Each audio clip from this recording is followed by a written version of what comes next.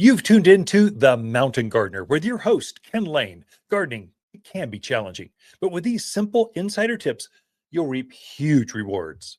Now, let's tune into today's Mountain Gardener with Ken and Lisa.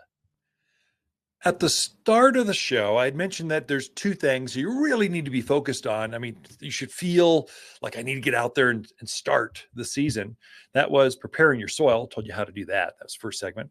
And then also pruning and cutting things back. So getting your perennials cut back, cutting back your fruit trees. Now through middle of March is your window. So it's a big window, but you should want to finish this thing up. So I'm kind of done with mine.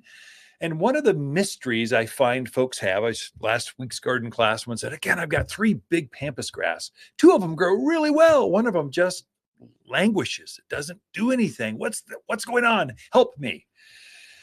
And so with all of your ornamental grasses, this is pampas grass, fescues, miscanthus, deer grass, zebra grass, all your pretty decorative, sedges, grasses, that kind of stuff, not yuccas, not agaves, not bear grass, which really isn't a grass. It's something different. It's a native evergreen kind of thing that grows out there in the valley areas. I'm talking about your regular ornamental grass. Pampas is the most famous. That's that big grass, gets head high, has these great big plumes on top of it, covered. Right now it starts to look a little rough just because it's rain and snow, kind of beats them up. The plumes have kind of limped over. They aren't as fluffy as they were because they're being beat up.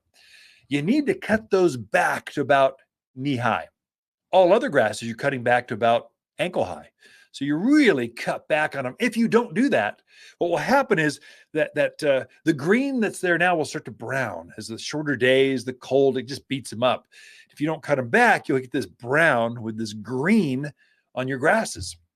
And so other grasses, like let's say miscanthus, I've got grama grass. I just cut my grama, native ornamental grass, grows about just shy of knee high. Beautiful, beautiful plumes on it or flowers to it. It's beautiful and native. I hardly care for it, but I cut it back. I fertilize it every winter. Now is the time. And so I'm cutting those things back. Grasses are very fast growers. They're going to elongate and be just as big so that you cut back this pampas grass by 4, 5, 6 feet. It's going to grow that much again this coming season. I mean, really quickly, starting in March, grasses start to grow. In fact, some of them I started to see some green shoots coming up. And so they're waiting to take off. Now, to grow that much and then to plume with this beautiful grass, miscanthus. It's got this beautiful pink hue to it. It's just stunning late summer and autumn. And so it takes a lot of energy to do that, which means food. Grasses need more food than other plants in the gardens if you want beautiful ones. Do they need it? Do they have to have it? No, but they'll be weak and limp and they'll die out in the middle. They just won't plume as well. But if you feed them, if you cut them back and feed them, they are just like rock stars. They are beautiful in the garden. They are the showpiece because they're gathering up wind. They float around in the wind, kind of the slightest of breeze. They just add drama. Butterflies love them. Birds like to take the seed heads and use them as a food source or nesting. So there's a lot of benefits. And we are in this higher elevation of Arizona. We're in grass country. I mean, we grow grasses without all the issues that a lot of other parts of the country have. So whack on those things. Don't be afraid. You almost can't make a mistake with ornamental grasses. So just whack on them. With pampas grass, you'll see these curlicues about, 18, 24 inches off the ground. You cut it back to there. Just whack it off. Throw the rest of it away. Add it to the burn pile. Compost them. Just chuck them in the dumpster. Either way, just clear them out of there. And then fertilize it. Now, for this, if one is not performing as well as maybe others, there's a reason for that. It's going to be soil related. You just don't, there's a rock shelf, there's caliche layers, something's going on. Yeah, but Ken, they were all planted the same. They're all exactly the same. They should all grow exactly the same. There's nothing exact about your soil in the mountains of Arizona. Every single hole, one that's just a few feet away, is different. How the soil drains through it, how much organics, what roots are competing for the resources under the ground. Plants are trying to get the most, protect their root zone so they can grow. And you just don't know. I've seen so many holes. You're digging out this huge chunk of this boulder out of this hole, and that makes a difference. So something's going on that you don't see. That's why that one is languishing. It's not, or maybe you got some grubs or something. Something's going on there. But what I told this gal was, hey, take a bag of manure, cut it back, take a bag of manure, just put it around your pampas grass. I think that extra nitrogen and organics are going to be a game changer for that plant. And so if you're doing it, do it to all three of them.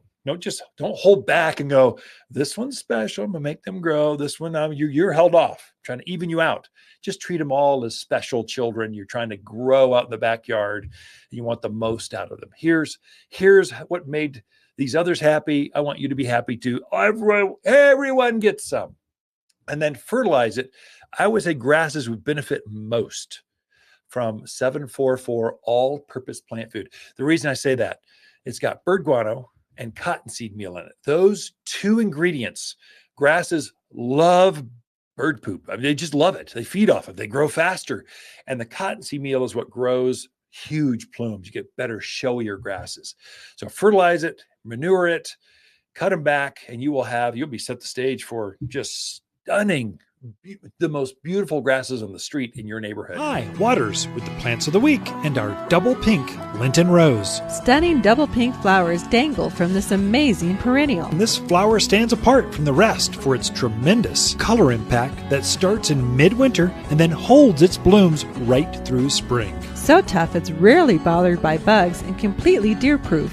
Waters Garden Center, 1815 Iron Springs Road in Prescott. For a more fruitful garden, increased success in the landscape that just feels better, then tune in daily to the Mountain Gardener podcast. Subscribe through your favorite podcast streamer or visit watersgardencenter.com. Better yet, visit me directly right here at Waters Garden Center. Thanks for tuning in.